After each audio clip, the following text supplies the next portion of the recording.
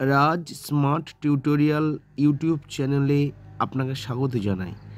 আজকে এই ইউটিউব চ্যানেলটির মাধ্যমে আপনার সামনে উপস্থাপন করতে চলেছি এইচএস 2024 বাংলা সাজেশান।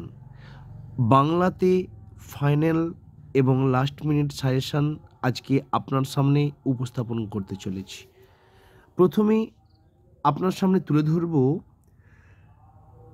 রচনাধর্মী প্রশ্নোত্তর, যেটা আপনাকে লিখতে হবে অনধিক 150টি শব্দে। প্রত্যেকটি প্রশ্নের মান কিন্তু 5। প্রথমে তুলে ধরব গদ্য থেকে। প্রথমে গদ্য রয়েছে ভারতবর্ষ। সেই ভারতবর্ষ থেকে আপনাকে যে প্রশ্নগুলি করতে হবে, সেই সময় এলো এক বুড়ি। বুড়ির চেহারার বর্ণনা দাও, বুড়ির স্বরূপ বিশ্লেষণ করো। এই প্রশ্নটাকে দেখতে হবে ভারতবর্ষ থেকে। হঠাৎ বিকেলে এক অদ্ভুত দৃশ্য দেখা গেল। অদ্ভুত দৃশ্যটি কি? গ্রামের দুই সম্প্রদায়ের মধ্যে সেই দৃশ্যের প্রতিক্রিয়া কতখানি হয়েছিল তা নিজের ভাষায় বর্ণনা করো। তারপরে আমরা দেখে নেব ভারতবর্ষ থেকে আরেকটি প্রশ্ন। শেষ রোদের আলোয় সে দূরের দিকে ক্রমশ আবছা হয়ে গেল। কার কথা বলা হয়েছে? সে ক্রমশ আবছা হয়ে গেল কেন? এরপরে যে গদ্যটি আমরা দেখে নেব, কে বাঁচায় কে বাঁচে। খুবই ইম্পর্টেন্ট একটা টপিক। এখান থেকে আমরা দেখে নেব কে বাঁচায় কে বাঁচে। প্রথম প্রশ্ন যেটা দেখব, মৃত্যুঞ্জয়ের বাড়ির অবস্থা শোচনীয়। মৃত্যুঞ্জয় কে? তার বাড়ির অবস্থা শোচনীয় কেন? নিখিল ভাবছিল বন্ধুকে বুঝিয়ে বলবে, এভাবে দেশের লোককে বাঁচানো যায় না। কোন প্রসঙ্গে নিখিলের এই ভাবনা? এই ভাবনার মাধ্যমে নিখিল চরিত্রের কোন বৈশিষ্ট্য প্রকাশ পেয়েছে? দিন দিন কেমন যেন হয়ে যেতে লাগলো মৃত্যুঞ্জয় কেমন হয়ে যেতে লাগলো? তার এমন হয়ে যাওয়ার কারণ কি? দারুণ একটা হতাশা জেগেছে ওর মনে। কার মনে? কোন ব্যাপারে হতাশা জন্ম নিয়েছে? বক্তার মানসিক পরিচয় দাও। এরপরে আমরা চলে যাব কে বাঁচায় কে বাঁচে। ভাত যে রয়েছে, কে বাঁচায় কে বাঁচের পর যে গদ্যাংশ ভাত, সে ভাতে প্রবেশ করব কয়েকটি প্রশ্ন। দাঁতগুলো বের করে সে কামটের মতোই হিংস্র ভঙ্গি করে। কার সম্পর্কে এই কথা বলা হয়েছে? উদ্দিষ্ট ব্যক্তিটি কোন পরিস্থিতিতে এমন হয়ে উঠেছিল তা ভাত গল্প অবলম্বনে লেখো। পরের যে প্রশ্নটি করব বা করতে হবে আপনাকে ফাইনালের জন্য, বাদার ভাত খেলে তবে তো সে আসল বাদাটার খোঁজ পেয়ে যাবে একদিন। বাদা কি? উদ্দিষ্ট ব্যক্তি এরকম মনে হওয়ার কারণ কি? পরের যে প্রশ্নটি তুলে ধরব, এ সংসারের সব কিছুই চলে বড় পিসিমার নিয়মে। বড় পিসিমার পরিচয় দাও, তার চরিত্র বৈশিষ্ট্য লেখো। আচ্ছা, এরপরে আমরা দেখে নেব। তাহলে গদ্য আমাদের পাওয়া গেল। এই গদ্যগুলো আমরা করব। ভারতবর্ষ, কে বাঁচায় কে বাঁচে, ভাত, এই তিনটে থেকে ভালো করে করব, কনফার্ম প্রশ্ন পাবেন। এরপরে চলে যাব আমরা কবিতাতে। ঠিক আছে, কবিতা থেকে প্রথম দেখে নেব ক্রন্দনরতা জননীর পাশে। যে কবিতাটি রয়েছে, ক্রন্দনরতা জননীর পাশে কবিতায় কবি জননীকে কেন ক্রন্দনরতা বলেছেন? কবি এখানে নিজেকে কোন ভূমিকায় দেখতে চেয়েছেন? দ্বিতীয় প্রশ্ন, কবিতায় জাগে আমার বিবেক, আমার বারুদ বিস্ফোরণের আগে। কোন প্রসঙ্গে এই মন্তব্য? এই মন্তব্যে কবির কোন মনোভাব প্রকাশ পেয়েছে? আমি তা পারি না। কবি কি পারেন না? যা পারি কেবল, কবি কি পারেন? তাহলে ক্রন্দনরতা জননীর পাশে থেকে এই তিনটে প্রশ্ন করব। এরপরে চলে যাব রূপনারায়ণের কুলে। মৃত্যুতে সকল দেনা শোধ করে দিতে বক্তা কে? মৃত্যুতে সকল দেনা বলতে কি বোঝানো হয়েছে? সে দেনা কিভাবে শোধ করতে চেয়েছিলেন? দ্বিতীয় প্রশ্নটা তুলে ধরব, আমৃত্যুর দুঃখের তপস্যায় জীবন। কোন কবি কেন এই জীবনকে আমৃত্যুর দুঃখের তপস্যা বলেছেন? কঠোর দুঃখের তপস্যা করে কবি কিভাবে আত্মস্বরূপ দেখতে পেয়েছেন? পরের প্রশ্ন দেখব রূপনারায়ণের কুলে। এখানেও তিনটে মাত্র প্রশ্ন তুলে ধরা হয়েছে। জানিলাম এই জগৎ স্বপ্ন নয়। রূপনারায়ণের কুলে কবিতা অবলম্বনে কবির এই ভাবনার তাৎপর্য লেখো। পরের প্রশ্ন, পরের যে চ্যাপ্টার তুলে ধরবো সেটা হলো শিকার। এসেছে সে ভোরের আলোয় নেমে, সেই ভোরের বর্ণনা দাও। সে ভোরের আলোয় নেমে আসার পর কি কি ঘটলো লেখো। নেক্সট যেটা দেখে নেব, আগুন জ্বলল আবার, আবার শব্দটি প্রয়োগ করা হয়েছে কেন? দ্বিতীয়বার আগুন জ্বলার ঘটনাটি কোন ইঙ্গিত বহন করে আনে? পরের যে প্রশ্নটি তুলে ধরব, মোর ফুলের মতো লাল আগুন। কবি এখানে কোন আগুনের কথা বলেছেন? এই আগুন সম্পর্কে কবির ভাবনার পরিচয় দাও। শিকার থেকে এই তিনটে প্রশ্ন করতে বলবো। মহুয়ার দেশ আর আগুন লাগে জলের অন্ধকারে ধূসর ফেনায়, কবি এমন ভাবনা কারণ কি? উদ্ধৃতিটির তাৎপর্য ব্যাখ্যা করো। মহুয়ার দেশ থেকে এটা করতে বলবো।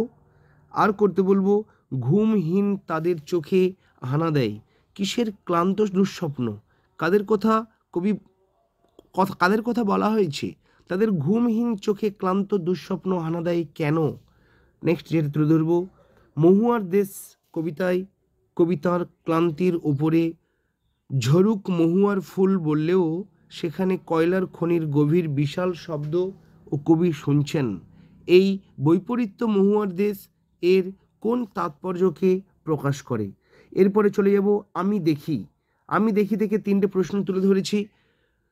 চোখ তো সবুজ চাই, দেহ চাই সবুজ বাগান।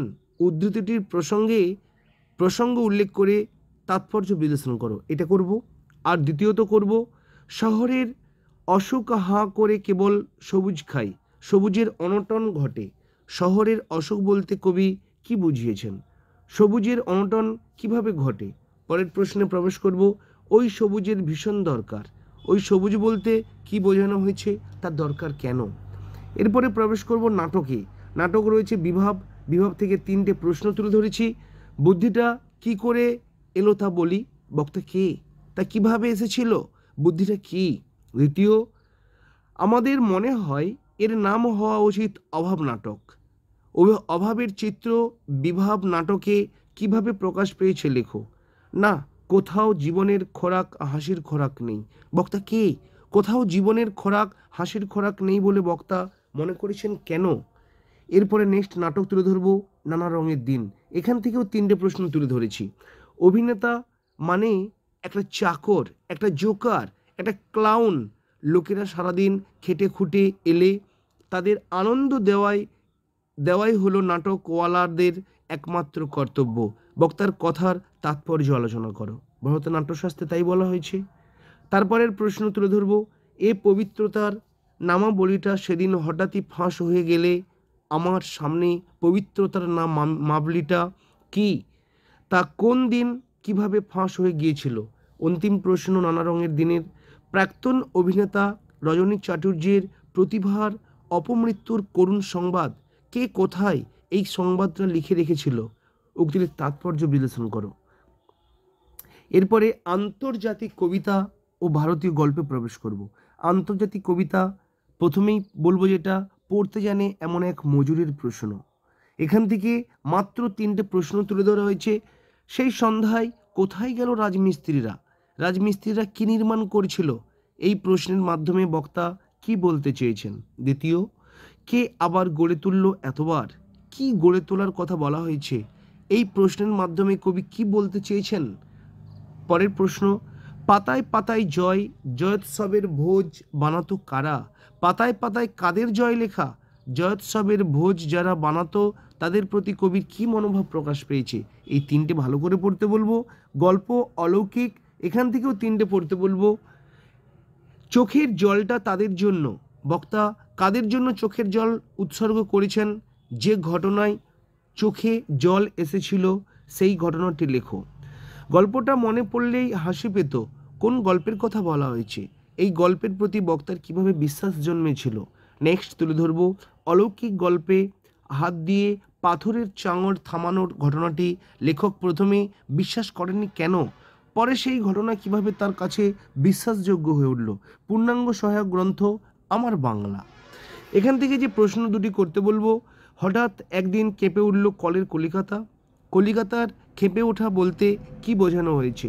কলকাতার ক্ষেপে ওঠার ফল কি হয়েছিল?